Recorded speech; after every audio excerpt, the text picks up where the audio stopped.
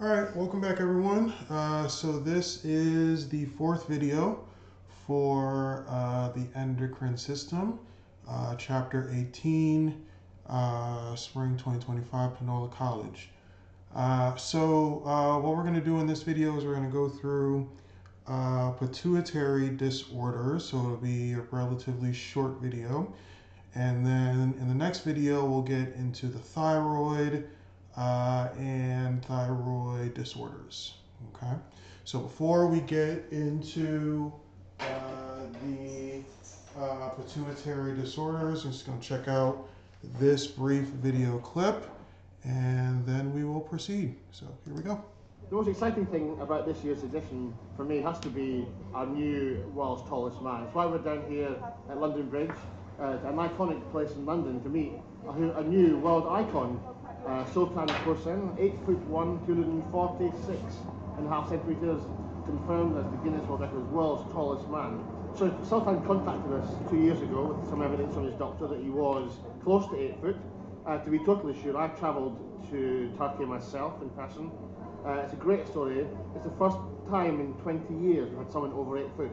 So it's a great day worth celebrating. She has a pituitary tumour, secreting a hormone called growth hormone. It's usually a benign tumour, not a very common condition. There are about 360 cases, new cases a year in the UK, and it usually happens in adulthood. But of course, as you can imagine, it causes growth, and therefore if it happens at a young age, then the child grows much taller than he or she should, and as a consequence they become giant. 10 yaşındayken boyun uzamasını fark ettik. İşte doktora gittik, doktor beyinde tümör var. O tümör büyüme hormonuna aşırı baskı verdiği için boy dengesi bir şekilde uzuyordu.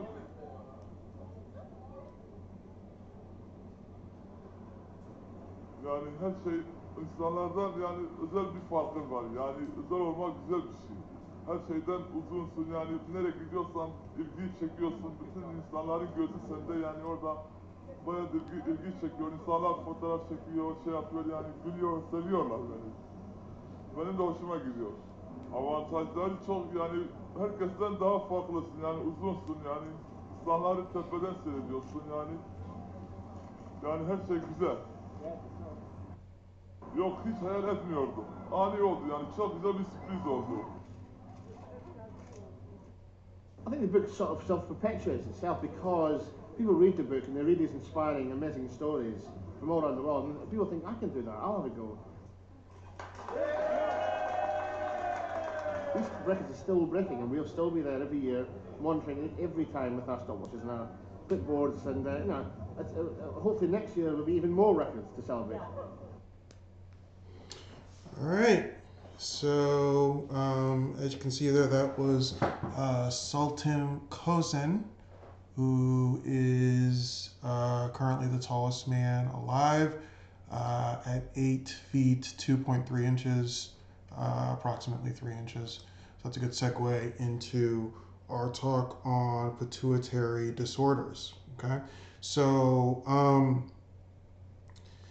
when it comes to pituitary hyperfunction, okay, specifically when we're talking about growth hormone, we have two different disorders that we're going to go through, okay? We have gigantism, which we're going to talk about on this slide, and then we have acromegaly, which we're going to talk about on the next slide. The key thing to remember here is that essentially these two disorders are virtually identical. The only difference between them is that gigantism is going to occur in children and acromegaly will occur in adults. Okay, so hyperfunction of the pituitary gland occurs when the gland produces excessive amounts of a specific hormone. One of the most common disorders caused by pituitary hyperfunction in childhood is gigantism. Okay, this causes an increase in the overall body size, especially in the extremities. Okay, the man that you see pictured here, okay, in this photo, that is not Sultan Kosen. That is Robert Wadlow. and he is the tallest man in recorded history. He was 8 feet 11 inches, but unfortunately, he did pass away quite some time ago.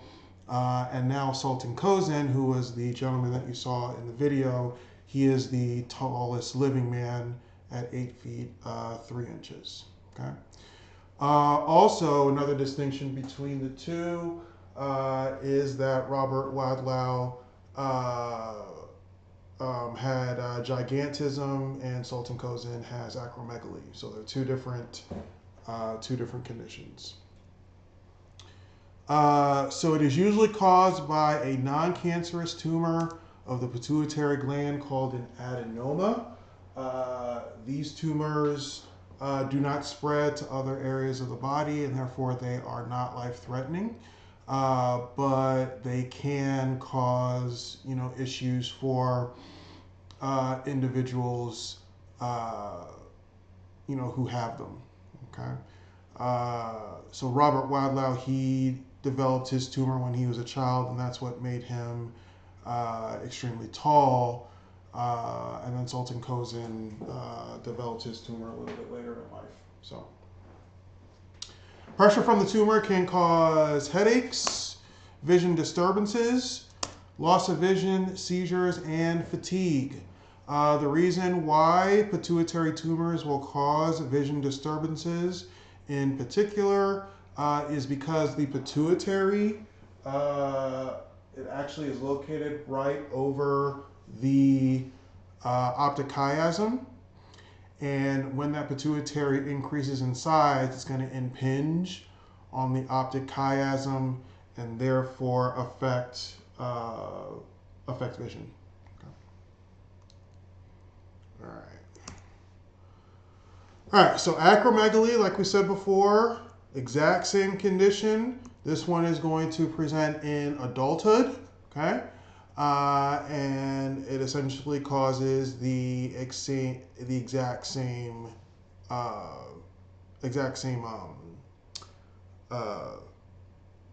symptoms, okay, or features. Now the big thing, actually, let me go through some of these examples here. So this is Richard Kiel. If any of you are James Bond fans, he played the villain Jaws in 2 James Bond movies from the 70s, The Spy Who Loved Me and Moonraker. If you can't tell already, I'm a Bond fanatic, so I've seen those movies 1,000 times and remember his character very explicitly. This individual right here, if any of you are wrestling fans, that is Andre the Giant. And then this individual right here is the Big Show, Paul White. Okay, so Richard Kiel, so this individual right here, and Andre the Giant, they both passed away. Okay, and the reason why they passed away is because when their tumors developed and they began to experience the symptoms of acromegaly. Remember that growth hormone affects the bones and the muscle. So these individuals will grow to be much taller than they should be. However, one of the key organs that growth hormone does not affect is the heart. Okay? And so what happens is these individuals grow to be a particular large size, but their heart does not grow with them. Okay?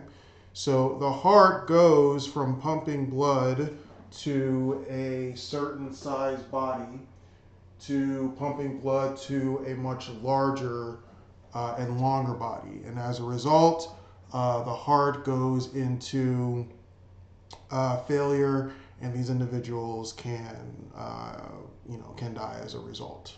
Okay. The reason why the Big Show, Paul White, who also had a pituitary tumor, The reason why he is still alive is because he had a surgery to remove the tumor that caused his acromegaly. Richard Keel and Andre the Giant did not. So they both passed away of the same thing, and that was heart failure. Okay, so individuals that have gigantism, who develop the condition as children, as they grow and mature, their bodies can actually adjust to the increased size.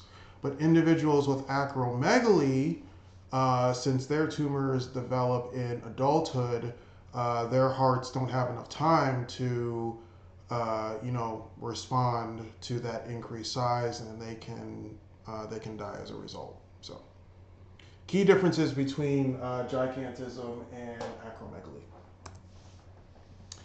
Typical characteristics of both conditions are as follows. So they're going to have unusually tall height for gigantism, large hands and feet. In acromegaly, they'll have thickened bones, and large facial features like a pronounced forehead. Okay, also large hands and large feet.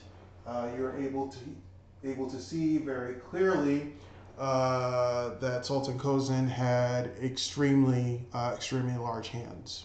Okay. Treatment for both conditions: medications to shrink the tumor and decrease GH levels, as well as surgery to remove the tumor if it is operable. Treatment measures will stop excessive growth, but they will not reverse the effects of gigantism or acromegaly. Okay, so the effects are not reversible. Unfortunately, the strain that this should be actually just gigantism. Acromegaly, can place on the body, can lead to a shortened lifespan. So that's what I just finished explaining. All right, so we have another video clip before we get to talking about our next condition, and then we'll go from there. So here we go.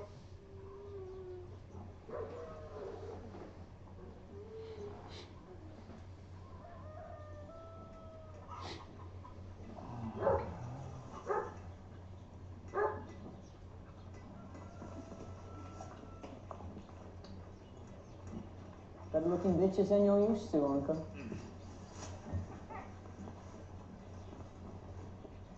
My mother's been looking for you. You ride for King's Landing today. Before you go, you will call on Lord and Lady Stark and offer your sympathies. What good will my sympathies do then? None, but it is expected of you. Your absence has already been noted. Boy means nothing to me. I can't stand the wailing of women. One word, and I'll hit you again. I'm telling Mother. Go. Tell her.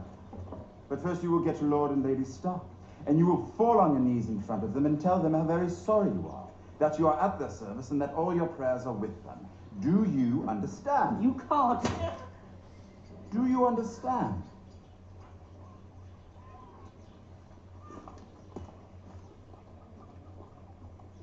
The Prince will remember that, little Lord.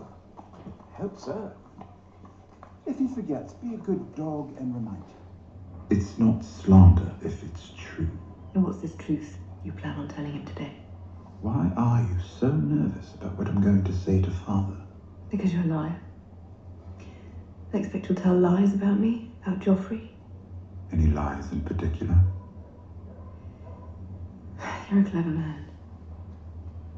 But you're not half as clever as you think you are. Still makes me more clever than you. All right, so that's of course from Game of Thrones, with the character Tyrion Lannister. Oh, why is it doing that? Hold on, sorry about that. So that brings us to our next condition of dwarfism. Okay. So this is hypofunction, so this is the other end of the spectrum of the pituitary gland, when the gland produces inadequate amounts of a specific hormone. One of the most common disorders caused by pituitary hypofunction is dwarfism. The most common type of dwarfism is achondroplasia. And in dwarfism, adult height reaches less than 4 feet. Okay. The key thing here is that it will only affect a person's physical size. It will not affect their intellect. So their intellectual ability is normal, and actually in some instances it can be heightened, it can be increased. Okay. So some examples of individuals who had and who have dwarfism. So this is, what was his name? Hervé, one second.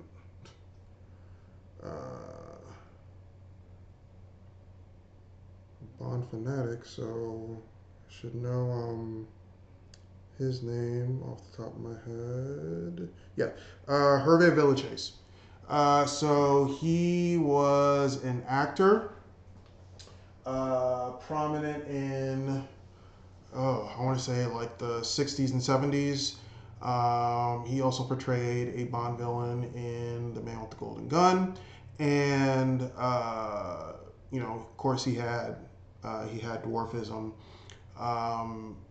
His story was actually very tragic because he actually ended up taking his life in the 90s. I remember I was in probably like elementary or middle school, when we heard about that, and it was very, very tragic. He was tired of being the height that he was, and suffered from depression, and ended up taking his life as a result.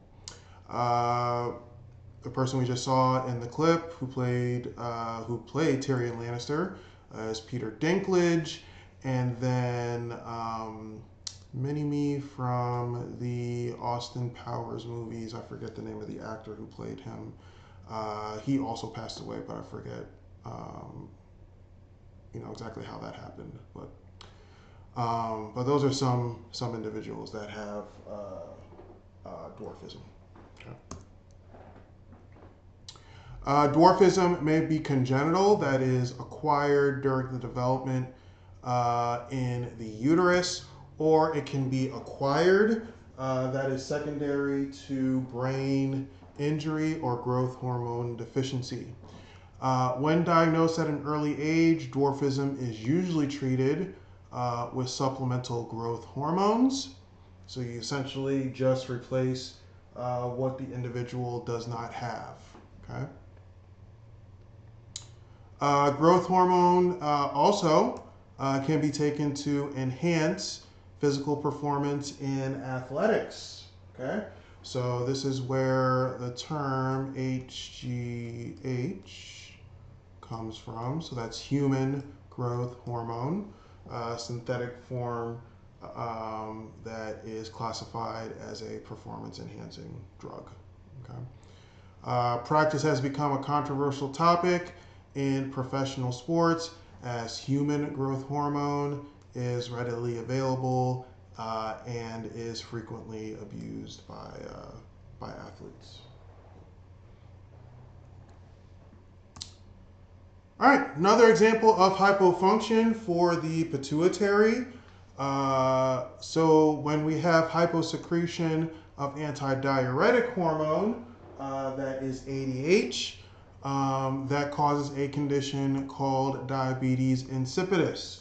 As we will come to see a little bit later, the form of diabetes that we are all familiar with is diabetes mellitus. Okay, so that's a completely separate condition, but both diabetes mellitus and diabetes insipidus will cause the same conditions. Okay, so we'll see that in just a bit. But antidiuretic hormone, remember, has the following effects on the body. It's going to decrease it's going to decrease urine output, which will lead to increased body fluid volume, which will lead to increased blood pressure. So 1 causes 2 and 2 causes 3. If ADH is deficient, okay, so if you do not have adequate amounts of ADH in the body, then instead of having decreased urine output, you'll have increased urine output. So individuals with inadequate amounts of ADH, they're going to be peeing a lot. And because they have increased urine output, they'll have decreased body fluid volume and decreased blood pressure. Okay? So urinary output will lead to a large loss of fluid and electrolytes. People with DI will typically complain of low energy, excessive thirst because of the increased urination, and also the excessive urination. So excessive thirst is polydipsia, excessive urination is polyuria. Okay? People with diabetes mellitus will complain of these same symptoms, that is excessive thirst and excessive urination, but they occur for different reasons. So the pathophysiology is completely different. And when we get to talking about the physiology of the pancreas, we will get to that. Okay. There are 2 different types of diabetes insipidus, each with a different underlying cause. So here we are talking deficient ADH, essentially.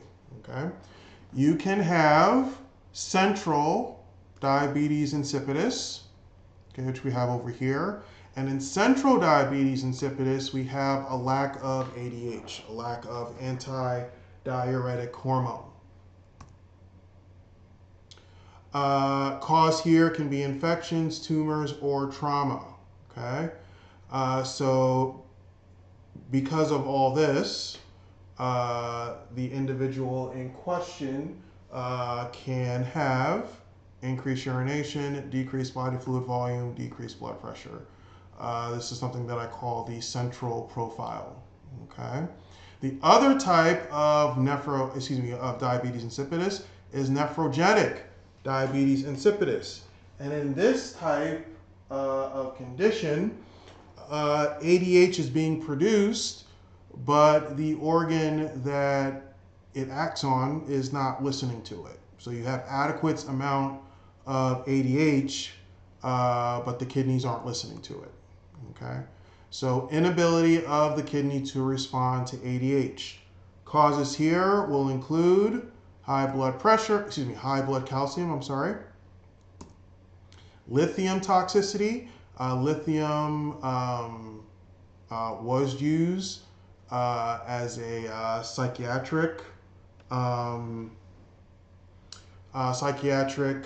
treatment for different psychiatric disorders. Its use is, it's not really used that much anymore. But lithium toxicity can knock out the kidneys and cause nephrogenic diabetes insipidus. Also, genetic factors can lead to that as well. Okay. So regardless of whether, let me get the highlighter here again, whether you have lack of ADH production in central diabetes insipidus or inability of the kidney to respond to ADH, in the case of nephrogenic diabetes insipidus, you still end up with these 3 occurrences. Okay? So both of these will lead to these 3 symptoms of increased urination, decreased body fluid volume, and decreased blood pressure. We're going to see that diabetes mellitus, which is the diabetes that we are familiar with, that it will also lead to those 3 symptoms as well. Okay. All right, so like I said, this video was pretty short. We will pick up in video 5 with the thyroid and thyroid disorders. We'll do all of those in one video. All right, thank you so much.